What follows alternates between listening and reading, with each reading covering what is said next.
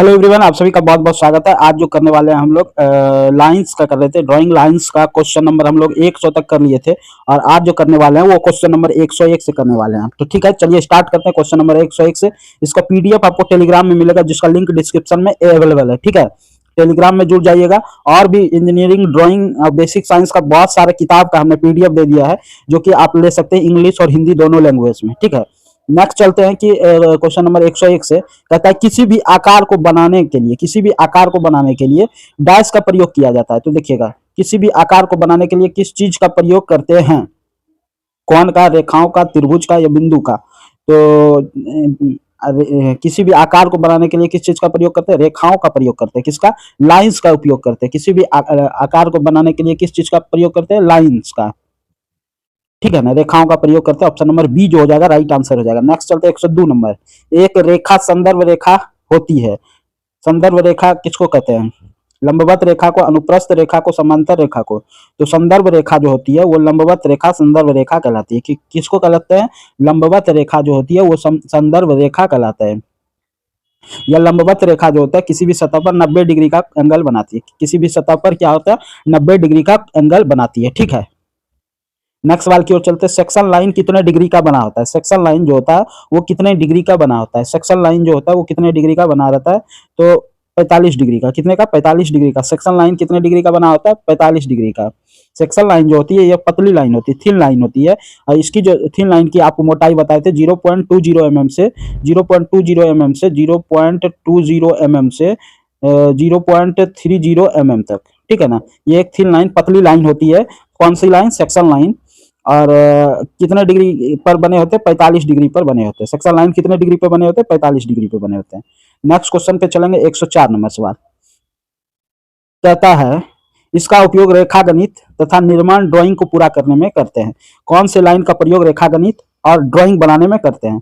कौन से लाइन का प्रयोग रेखा गणित और ड्राइंग बनाने में करते हैं, बताएंगे? तो कंस्ट्रक्शन लाइन का प्रयोग करते हैं। किसका करते हैं? कंस्ट्रक्शन रेखा का प्रयोग करते हैं। कंस्ट्रक्शन रेखा का प्रयोग करते हैं। यह भी एक क्या है? पतली लाइन है। कंस्ट्रक्शन लाइन भी एक पतली लाइन है। इसकी भी मोटाई जो होती है वही 0.2 mm से 0.30 mm तक, 0.20 mm से 0.30 mm तक। और ये कंस्ट्रक्शन लाइन का प्रयोग जो होता है ऑब्जेक्ट का रचना के लिए किया जाता है और ऑब्जेक्ट के निर्माण के लिए कंस्ट्रक्शन लाइन का प्रयोग किया जाता है। ऑब्जेक्ट के निर्माण के लिए कंस्ट्रक्शन लाइन का प्रयोग किया जाता है। Next question number 5। किसी रेखा को छोटे छोटे एक समान दूरी पर डैश डैश में खींचा जाता है। कौन सी रेखा कहलाती है? जैसे इसी को डैश डैश में खींचा गया, छोटे छोटे एक समान दूरी पर, छोटा छोटा एक समान दूरी पर, छोटा छोटा एक समान दूरी पर डैश डैश में खींचा जाता है। इसको क्या कहते हैं? केंद्र रेखा, हिडन रेखा, विमांकन रेखा। कौन सी रेखा कहते हैं, बताएंगे? तो उसको क्या कहते हैं? हिडन रेखा कहते हैं। क्या कहते हैं? हिडन रेखा। और हिडन रेखा जो होती है वो छोटे छोटे समान दूरी पर डैश डैश खींचा जाता है, जैसे कि इसमें खींचे हम लोग। इसकी मोटाई जो होती है यह मीडियम लाइन होती है। मीडियम लाइन की मोटाई जो होती है कि कैसी लाइन होती है? हिडन लाइन मीडियम लाइन होती है। और मीडियम लाइन की मोटाई आपको बताए थे कि 0.40 mm से 0.50 mm तक होता है। कितना तक होता है? 0.40 mm से 0.50 mm तक होता है। ठीक है ना, नेक्स्ट सवाल की ओर चलते। कौन सी रेखा काल्पनिक रेखा है? काल्पनिक रेखा कौन सी रेखा है?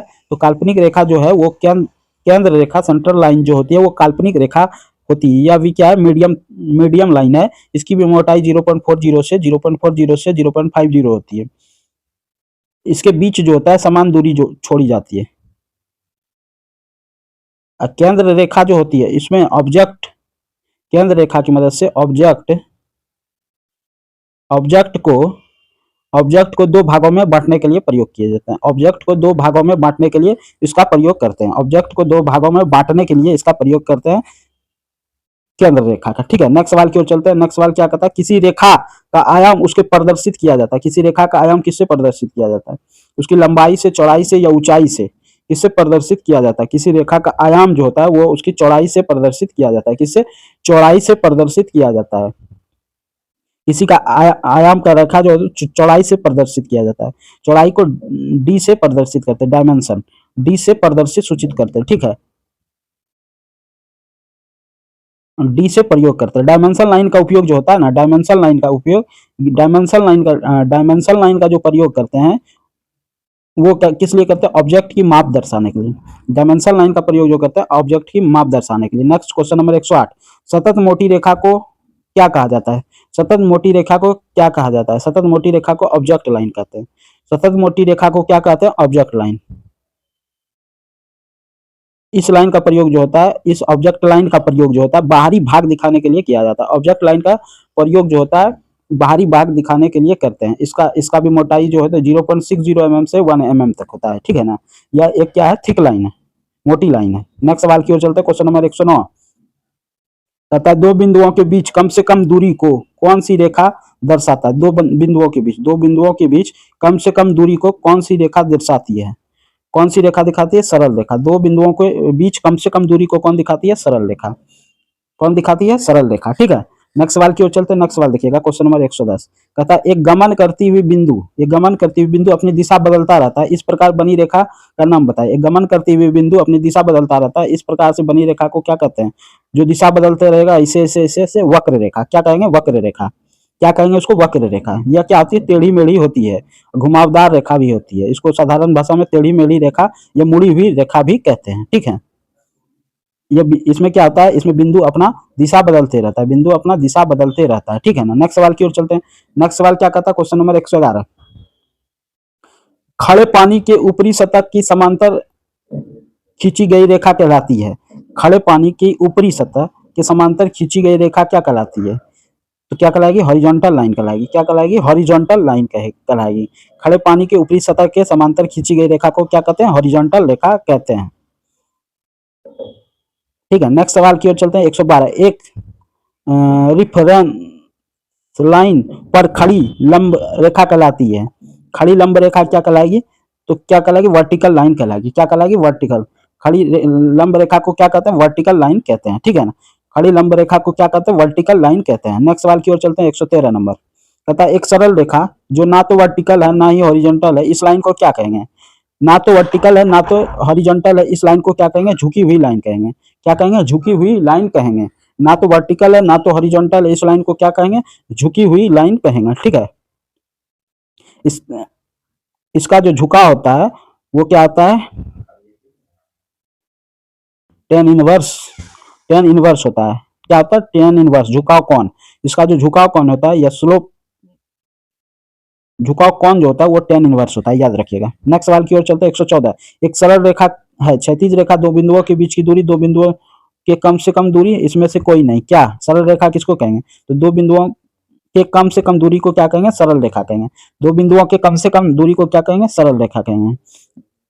यह सरल रेखा जो होती है एक ही दिशा में गति करता है। सरल रेखा जो होती है यह एक ही दिशा में गति करता है। नेक्स्ट सवाल की ओर चलते हैं। क्वेश्चन नंबर 115 निम्नलिखित में से किसका मान स्थिर होता है? किसका मान स्थिर होता है? किसका मान स्थिर होता है? तो सरल रेखा का मान स्थिर होता है। किसका मान स्थिर होता है? सरल रेखा का मान स्थिर होता है, ठीक है ना। सरल रेखा का मान 0 डिग्री होता है। कितना होता है? सरल रेखा का मान 0 डिग्री होता है। सरल रेखा का मान कितना होता है? 0 डिग्री होता है, ठीक है। नेक्स्ट सवाल की ओर चलते हैं। इस लाइन का प्रयोग विवरण देने के लिए किया जाता है। विवरण देने के लिए किस लाइन का प्रयोग करते हैं? विवरण देने के लिए किस लाइन का प्रयोग करते हैं? तो विवरण देने के लिए लीडर लाइन का प्रयोग करते हैं। किसका करते हैं? लीडर लाइन का प्रयोग करते हैं। यह भी क्या है? एक थिन लाइन है, पतली लाइन है। विवरण देने का प्रयोग जो होता है लीडर लाइन करता है, ठीक है। यह भी क्या है? पतली लाइन है। इस लाइन का प्रयोग जो होता है वो 30 डिग्री, 45 डिग्री, 60 डिग्री के कोण पर खींचा जाता है, ठीक है। नेक्स्ट सवाल की ओर चलते हैं। 117 ऑब्जेक्ट या प्रोजेक्शन को मिलाने वाली रेखा कहलाती है। ऑब्जेक्ट और प्रोजेक्शन को मिलाने वाली रेखा को क्या कहेंगे? ऑब्जेक्ट और प्रोजेक्शन को जो मिलाने वाली रेखा है उसको कहते हैं प्रोजेक्टर्स, ठीक है। इसकी मोटाई जो होती है 0.20 mm होती है, 0.20 mm होती है। यह भी एक क्या है? पतली लाइन है। ऑब्जेक्ट और प्रोजेक्शन लाइन को मिलाने वाली रेखा को क्या कहते हैं? प्रोजेक्टर्स, ठीक है। इसको याद रखिएगा। नेक्स्ट सवाल की ओर चलते हैं। 118 कहता है बिंदु द्वारा बनाई गई रेखा जो हमेशा दिशा बदलती रहती है, उसको क्या कहेंगे? जो हमेशा दिशा बदलती रहती है उसको क्या कहेंगे? वक्र रेखा। उसको क्या कहेंगे? वक्र रेखा। जो हमेशा दिशा बदलती रहती है उसको क्या कहेंगे? वक्र रेखा। वक्र रेखा जो होती है इसको साधारण भाषा में टेढ़ी मेढ़ी रेखा या मुड़ी हुई रेखा भी कहते हैं, ठीक है ना। इसको जो होता है ना अक्षर या अंक CJ या 2 से भी दर्शाते हैं। वक्र रेखा को CJ या 2 से भी दर्शाते हैं। कहता है SP 46/2003 के अनुसार किसी वस्तु के केंद्र से खींची गई रेखा कहलाती है। किसी वस्तु के केंद्र से खींची गई रेखा क्या कहलाएगी? लंबी डैश्ड लाइन, लंबी डैश लाइन कहलाएगी। क्या कहलाएगी? लंबी डैश लाइन कहलाती है। ठीक है, नेक्स्ट सवाल की ओर चलते हैं। Question number 120। SP 45 2003 के अनुसार दो समांतर रेखाओं के बीच न्यूनतम दूरी कितनी होगी? न्यूनतम दूरी जो होती है 0.7 mm होती है। दो सरल रेखाओं के बीच न्यूनतम दूरी, समांतर रेखाओं के बीच न्यूनतम दूरी जो होती है 0.7 mm होती है। समांतर रेखा समझ रहे हैं? इस प्रकार से दो लाइन, इसके बीच की न्यूनतम दूरी 7 mm 0.7 mm होती है। यह रेखा जो होती है ना, समांतर रेखा सीधी भी होती है इस प्रकार से, और वक्र भी होती है इस प्रकार से। सीधी भी होती है समांतर रेखा और वक्र भी होती है। ठीक है ना, नेक्स्ट सवाल की ओर चलते हैं। नेक्स्ट सवाल क्या कहता है? ऑब्जेक्ट लाइन की मानक मोटाई कितनी है? ऑब्जेक्ट लाइन की मानक मोटाई कितनी है? तो ऑब्जेक्ट लाइन की मानक मोटाई जो होती है 0.5 mm होती है। ऑब्जेक्ट लाइन की मानक मोटाई भी जो होती है वो 0.5 mm होती है। इस लाइन का प्रयोग जो करते हैं ऑब्जेक्ट का बाहरी भाग दर्शाने के लिए करते हैं। ऑब्जेक्ट लाइन का जो प्रयोग करते हैं ऑब्जेक्ट का बाहरी भाग दर्शाने के लिए करते हैं। किस लिए? बाहरी भाग दर्शाने के लिए ऑब्जेक्ट लाइन का प्रयोग करते हैं। ठीक है ना, नेक्स्ट सवाल की ओर चलते हैं। Question number 122। SP 46 2003 के अनुसार इंजीनियरिंग ड्राइंग में डायमेंशन के लिए किस प्रकार के लाइन का प्रयोग करते हैं? डायमेंशन के लिए किस प्रकार के लाइन का प्रयोग करते हैं? तो निरंतर पतली रेखा का प्रयोग करते हैं। किसका? निरंतर पतली रेखा का प्रयोग करते हैं। इंजीनियरिंग ड्राइंग में सर्वाधिक इस रेखा का प्रयोग करते हैं। निरंतर पतली रेखा जो डायमेंशन लाइन है, सर्वाधिक इंजीनियरिंग ड्राइंग में इसका प्रयोग करते हैं। ठीक है, इसकी जो इस प्रकार से रेखा होती है पतली रेखा, और इसकी जो मोटाई होती है, थिकनेस होती है 0.2 mm की होती है। कितना होती है? 0.2 mm की होती है। नेक्स्ट सवाल की ओर चलते हैं। Question number 123। कहता बीमा रेखा दोनों सिरों पर किस निशाने में बंद रहती है? दोनों सिरों पर किस निशाने में बंद रहती है? तीर के निशाने से बंद रहती है। किससे बंद रहती है?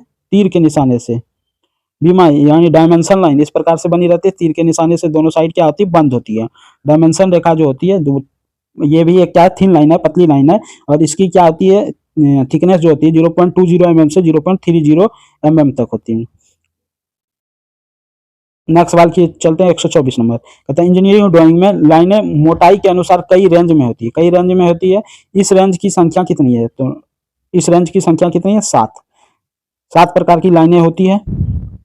ठीक है ना,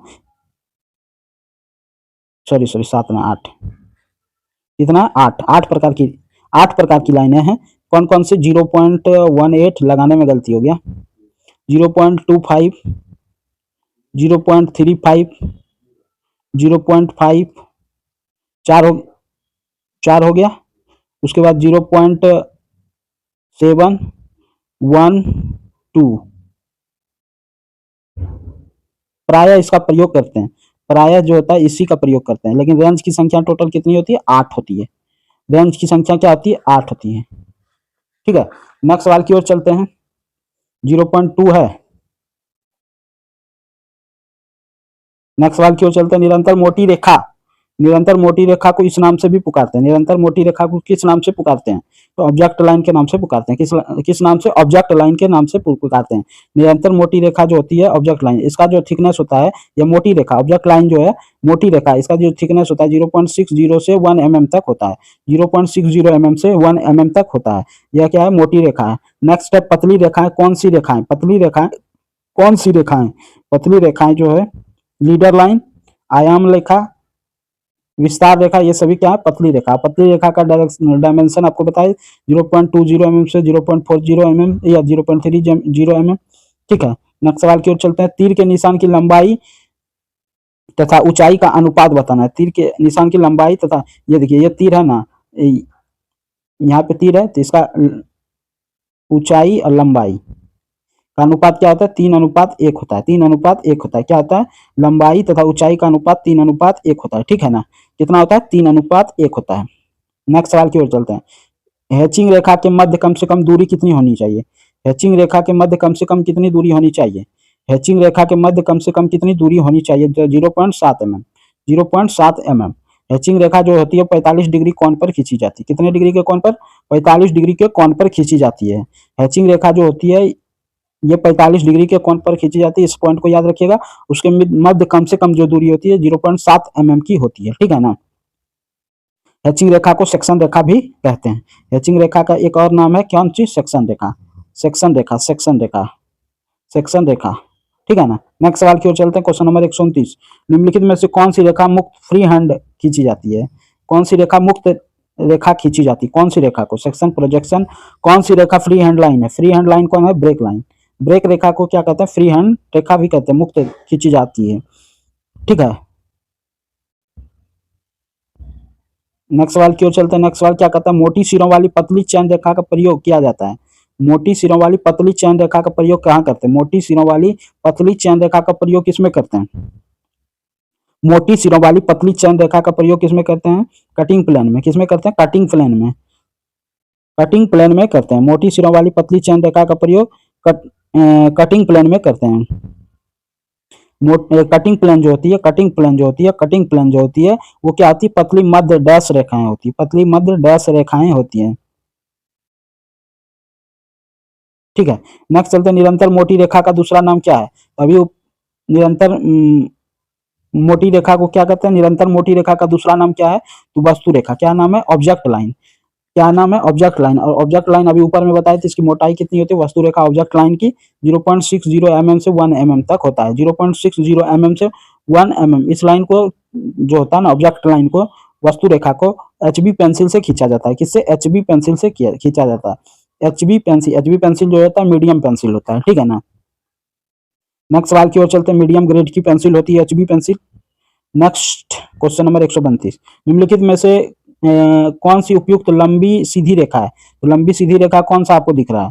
ये तो समांतर रेखा है। ये क्या है? लंबी सीधी रेखा। ऑप्शन नंबर 1 जो होता है, ये ऑप्शन नंबर 1 जो है लंबी सीधी रेखा है। कौन सी है? लंबी,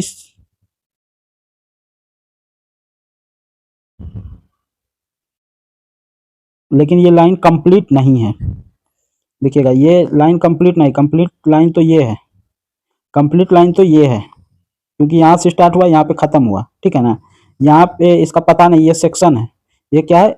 लाइन का एक पार्ट है, सेक्शन है, ठीक है ना। इसलिए ये पूरा लाइन नहीं। लाइन पूरा कौन सा है? ये वाला।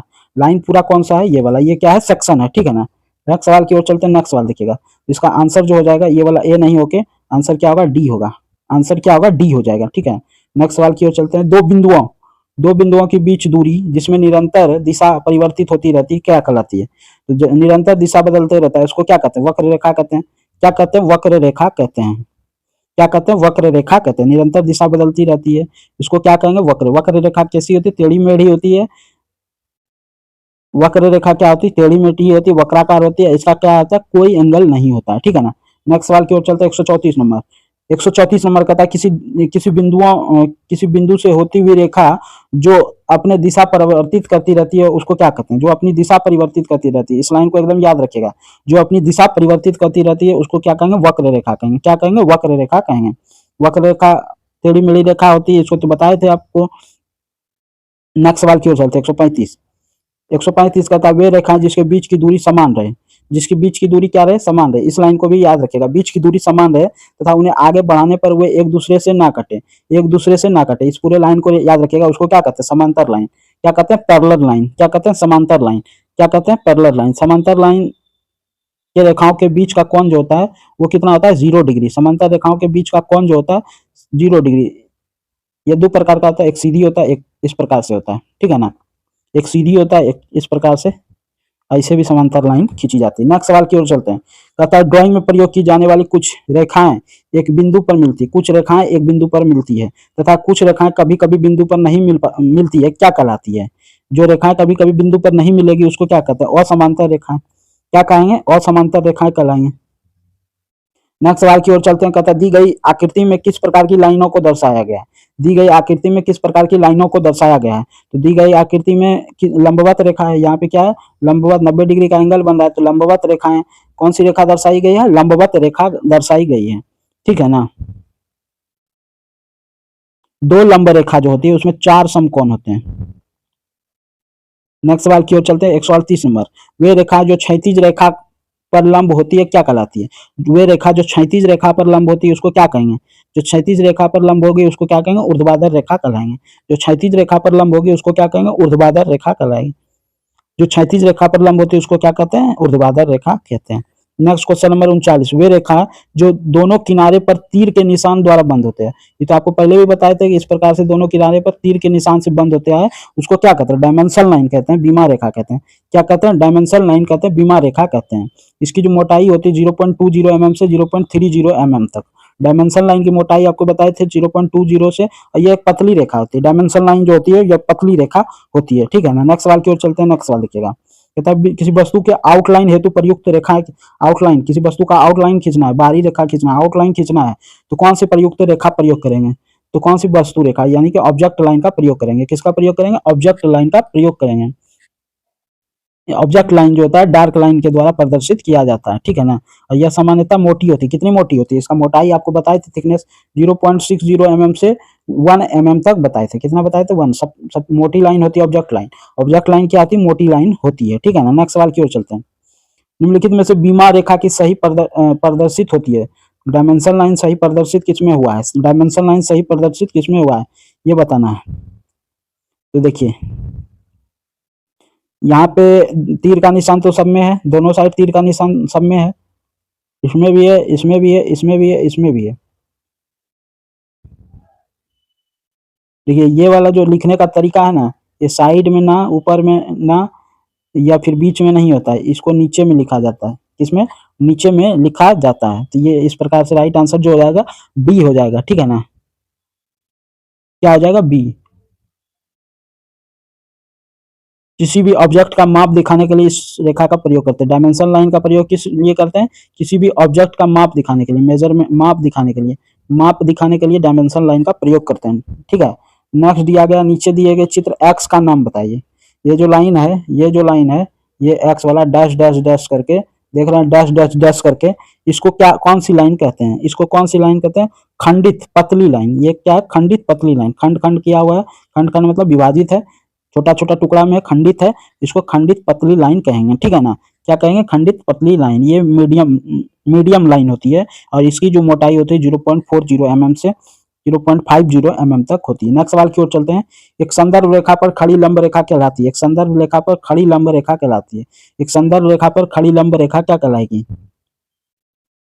ऊर्ध्वाधर रेखाएं कहलाएगी। क्या कहलाएगी? ऊर्ध्वाधर रेखाएं कहलाएगी। यह 90 डिग्री के कोण पर बना रहता है। क्या रहता है? 90 डिग्री के कोण पर बना रहता है। नेक्स्ट क्वेश्चन पे चलते हैं। 144, अदृश्य रेखाओं को दर्शाने के लिए कौन सी रेखा प्रयोग में लाई जाती है? अदृश्य रेखा को दर्शाने के लिए कौन सी रेखा को प्रयोग में लाते हैं? बिंदुदार रेखा। किसको? बिंदुदार रेखा को प्रयोग में लाते हैं। अदृश्य रेखा को प्रदर्शित करने के लिए बिंदुदार रेखा को प्रयोग में लाते हैं। इसका भी मोटाई जो होता है, ये मीडियम ग्रेड का मीडियम लाइन होती है। इसकी भी मोटाई 0.40 से 0.50 mm तक होता है। मीडियम लाइन की आपको बताए मोटाई, थिकनेस, ठीक है। नेक्स्ट सवाल आज 150 तक करेंगे। इस लाइन का प्रयोग विवरण देने के लिए किया जाता है। देखिए आपको 5-6 चैप्टर हम करा दिए हैं, एक चैप्टर और बचा हुआ है, एक चैप्टर और बचा हुआ है ईडी में, इंजीनियरिंग ड्राइंग में एक चैप्टर और बचा हुआ है प्रोजेक्शन, वो भी हम कराएंगे, और बाकी बात सारा चैप्टर हो गया है, ठीक है ना, जिसका प्लेलिस्ट आपको मिल जाएगा। इस लाइन का प्रयोग विवरण देने के लिए किया जाता है। प्रोजेक्शन भी आ जाएगा, 2-3 दिन में आपका कंप्लीट हो जाएगा प्रोजेक्शन भी, ठीक है ना। एक एक वीडियो हम ला रहे हैं। तो लीडर लाइन क्या कहलाती है? इस लाइन का प्रयोग विवरण देने के लिए करते हैं लीडर लाइन का। किसका प्रयोग विवरण देने के लिए करते हैं? लीडर लाइन का, ठीक है। नेक्स्ट सवाल की ओर चलते हैं। 146 नंबर कहता है कि इंजीनियरिंग ड्राइंग में खींची गई विमांकन रेखा यहाँ डायमेंशन लाइन होती है। डायमेंशन लाइन कैसी होती है? निरंतर पतली रेखा होती है। क्या होती है? निरंतर पतली रेखा होती है। इसकी जो मोटाई होती है वो पतली रेखा की मोटाई कितना बताइए? 0.20 mm से 0.30 mm तक, 0.30 mm तक बताए। इसका प्रयोग जो होता है वो रेखा की, ऑब्जेक्ट की माप दर्शाने के लिए करते हैं। इसलिए माप दर्शाने के लिए करते हैं डायमेंशन लाइन का प्रयोग। नेक्स्ट सवाल की ओर चलते हैं। निरंतर मोटी रेखा का दूसरा नाम क्या?